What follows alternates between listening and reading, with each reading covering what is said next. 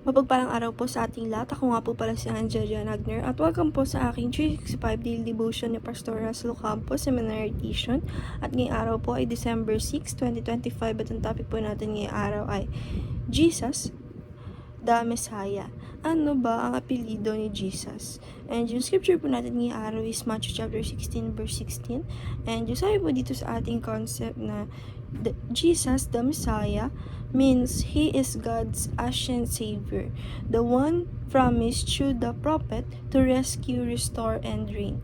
He fulfills Israel's long-awaited hope through His life, death, and resurrection. His messianic mission is God's sovereign plan accomplished with certainly, securely, and redemption for all whom the Father was given to Him. And yung sabi po dito sa ating scripture, in Matthew chapter 16 verse 16, Simon Peter answered, "You are the Messiah, the Son of living God." Sa Tagalog po, sumagot si Simon Pedro at sinabi, "Ikaw ang Kristo, ang anak ng Diyos na buhay." And yung sabi po dito sa ating teaching number 1, the Messiah is the promised King. Sabi po dito na yung Messiah and Christ or Jesus ay iisa lamang po, which is the Messiah is the promised King, na siya po si Jesus Christ. And teaching number 2, the Messiah is the suffering servant.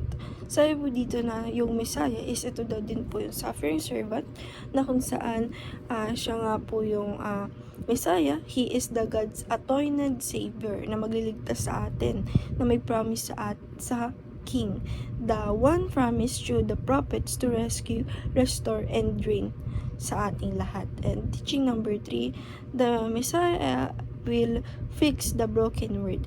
Sabi po dito na yung Messiah daw po, or which is Jesus Christ, siya daw po talaga yung mag-fix talaga sa buong mundo.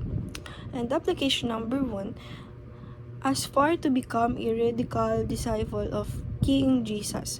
Sabi po dito na apply po natin sa life natin o sarili natin na dapat tayo ay maging katulad ni King Jesus, which is the Messiah, na kung saan dapat tayo ay maging radical disciple niya para makatulong tayo sa pag-ayos niya doon sa broken world natin.